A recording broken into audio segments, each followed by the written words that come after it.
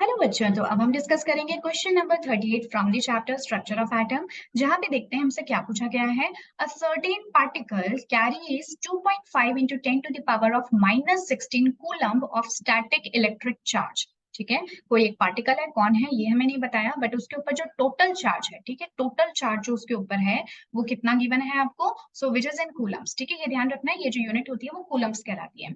So 2.5 into 10 to the power -16 coulomb इसके ऊपर charge है।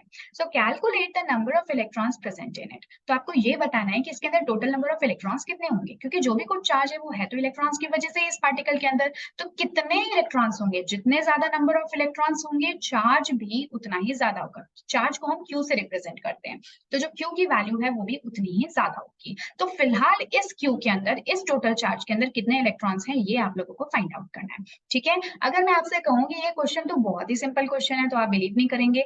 ये वैसा ही क्वेश्चन है कि अगर मैं आपसे कहूं कि भाई आपके पास में चॉकलेट्स है ना, चॉकलेट्स हैं, ठीक है, तो मान लेती हूँ मैंने आपसे कहा कि मेरे पास 50 रुपए की चॉकलेट्स हैं। ठीक है, मेरे पास कितना है, 50 रुपए की चॉकलेट है। और आप ऑलरेडी ये जानते हो कि जो एक चॉकलेट है उसका प्राइस कितना है, मान लो 5 रुपए है।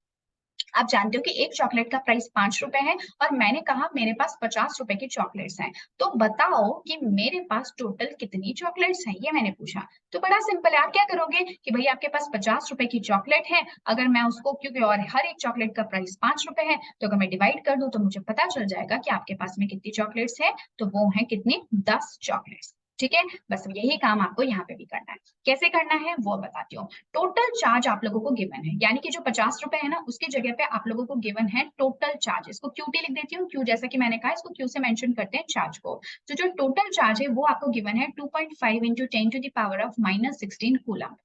और आप ऑलरेडी जानते हो कि जो एक इलेक्ट्रॉन होता है उसके ऊपर चार्ज कितना होता है, वो होता है 1.6 into 10 to the power -19 coulomb.